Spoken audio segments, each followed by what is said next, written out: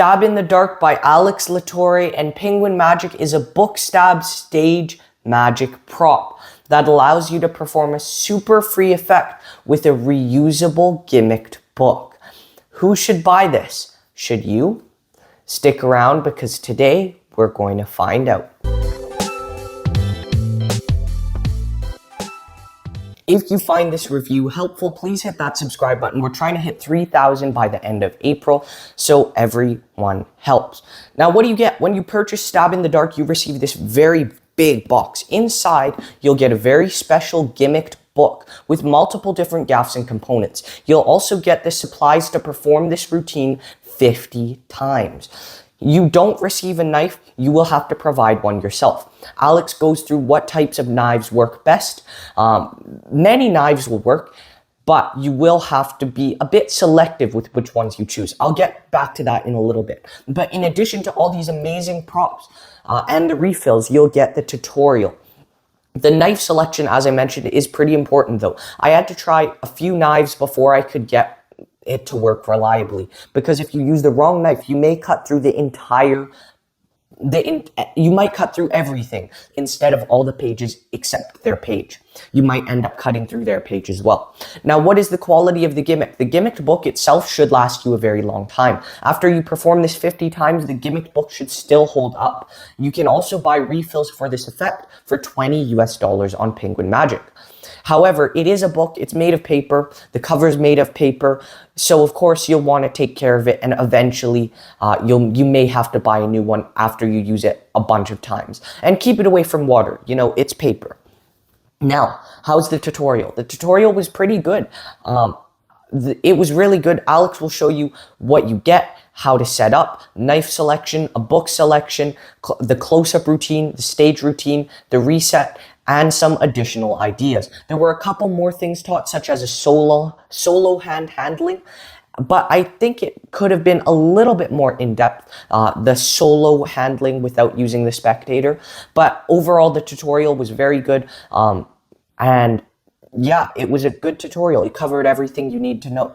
Now, with the method taught, there is a discrepancy with where the tear is. The tear is facing outwards. I'm not sure why this was taught that way, because you could have easily just turned the tear inward, and that would eliminate the discrepancy altogether. So I'm not sure why they taught it like that in the tutorial, but what I ended up doing is I just reversed the setup, do it in the opposite way than what they tell you to do, than what Alex tells you to do. But overall, it was a pretty good tutorial. Now, is this a social media or real life effect? This is very visual. It'll be a great clip for social media, but it also is very powerful for real life because the spectator gets a really fair selection. They can literally say stop on any page as you riffle through after you show them that all the pages are different. And it's not like you're forcing them to say stop at a certain part. They really can say stop wherever. Now, depending on if they say stop too early or too late, there may be a small discrepancy, but it's not likely anybody would notice it.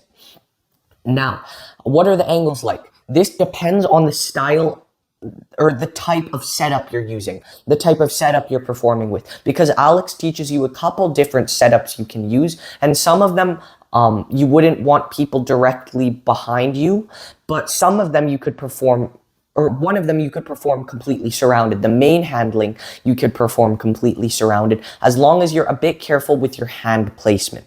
Now, are there any live performances? Yes, there are live performances. Is this examinable? I would be comfortable handing out the torn book or the cut book out very briefly at the end, because one of the gimmick components is super well hidden. It's not like they're going to find it. However, if they were to examine the book for too long, it is possible that they could find something and notice some things.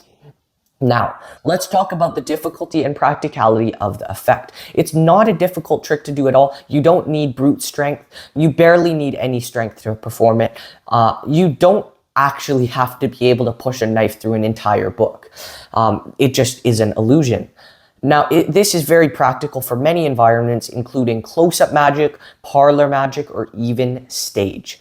Is there any DIY required? There is DIY required to reset after each performance, and it takes about 2 minutes to do so.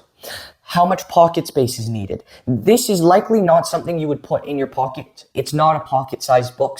It's not a pocket-sized book. You would probably put it in your briefcase or something. Now, one thing is that when you're performing this on stage or even in larger close-up environments, it is hard for people to see the page number. So, you'll have to get an audience member to just confirm that that is the page that they thought of. And that's not too big of a deal. But as I mentioned, the selection of the page number is very, very fair. They can really say stop whenever they want as you go through the book. Now, what is the reset like? As I said, the reset takes a couple minutes. You can do it in between your shows. It doesn't take too long. All you have to do is just go to a bathroom or behind your briefcase. You just have to replace something, you have to change something and add something, and then you're completely reset. Now, what is the price of Stab in the Dark? This is the crazy part. Stab in the Dark costs $40 US. And I am shocked by that because I thought this would cost so much more, because this is something you could scale up to a stage show, to a parlor show, to anything. And you get 50 performances out of this. You get 50 stage shows out of just this for $40. This is absolutely worth the price. In fact, I think this could have gone for double or even triple the price they have here for working professionals. I think many working professionals would have been willing to pay $150 just for the 50 performances here, because you can perform this parlor stage anywhere you want. So absolutely, this is totally worth the price. The refills are also available at a very, very inexpensive price. This is well worth the cost. Absolutely. I have no idea how Penguin managed to keep this so inexpensive. Now, what are the pros and cons? The pros are this is easy to do. It gets really great reactions. It makes it seem like you have a ton of strength, a ton of brute strength. The book does a lot of the work for you. The props are very well made. The tutorial's good. The book is briefly examinable at the end. I wouldn't hand it out for too long, but it is briefly examinable. It's very visual. The selection process for the page number is very fair. The price is great. This can be performed surrounded depending on your setup. And it works in many different environments. The cons are, and this is a big one, not all knives work. So you have to look through the knives you have and see which one works best. And sometimes if you don't perform this right, you may end up with the knife going through the spectator's page as well, which you don't really want. And another con, the only other con I can really think of is that there's a reset, but that's about it.